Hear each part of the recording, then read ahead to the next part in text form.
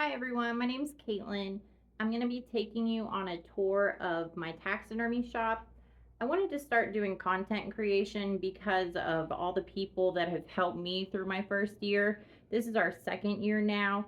So people like Cedar Ridge Chronicles, Amy's Animal Art, they have just been so invaluable for me and my husband during our first year. So I'm going to take you through some of the tools that we have, some of the tools that we made ourselves for cheaper than you could buy them at the taxidermy shop.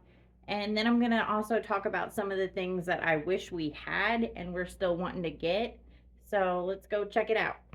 So this is a shop right now, and it's right before gun season for deer. It's bow season right now. We haven't got a whole lot, but when gun season starts, we'll be just full of antlers.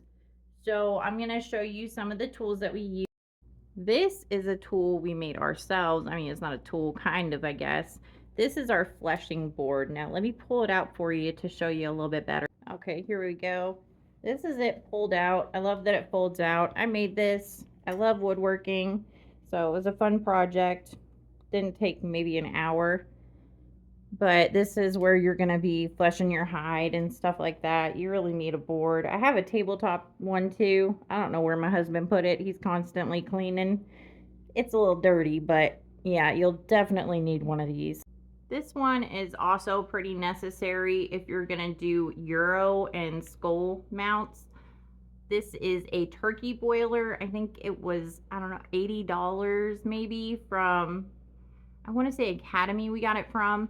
But you'll definitely need a big pot like this if you're going to boil your heads. That's how you get all the flesh off.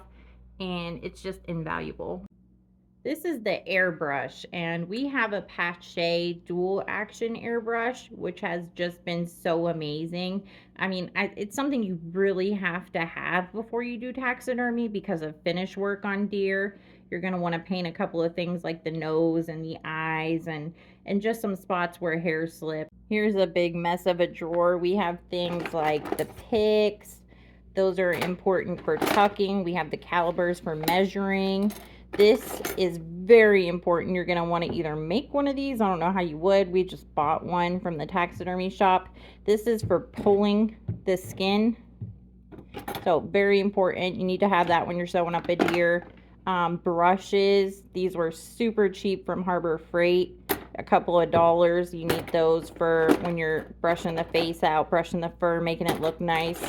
This one is super important too. You're gonna have to buy one of these. You can get them from taxidermy shops. I don't think there's anywhere else that you can really find one. This is an ear puller, and you really need this to get the cartilage from the ears pulled out. Scalpels and blades are a must. You have to have something super sharp to get all that flesh off. Dremel is another really important tool. We use that for altering the forms that we get. This we got from an auction, and I was super happy. I spent hours putting them together and getting them all nice and neat, but you'll definitely have to have at least some kind of paint. We also have our airbrush paints over here, but you can use acrylic too. You just got to make sure you thin them down good. So you'll have to have some paints for finishing your deer. Mounting brackets are another thing. You can get these from the taxidermy shop, but sometimes on eBay, there will be people who make them. Like this one we got off of someone from eBay, and it was probably $100 cheaper than it would have been if we bought it at the taxidermy store. So this is another invaluable tool that we have. We got this off Facebook Marketplace, and it has been great. But this is for cutting the skull caps and the antlers, and that's something you're really going to need. You don't need a big one like this, but you'll need something, a saw blade, whatever. Well, thanks everyone for hanging out, and I'm sure I missed a whole bunch of stuff. This was just kind of to get my feet wet on YouTube, so thanks everyone for watching. Have a good one.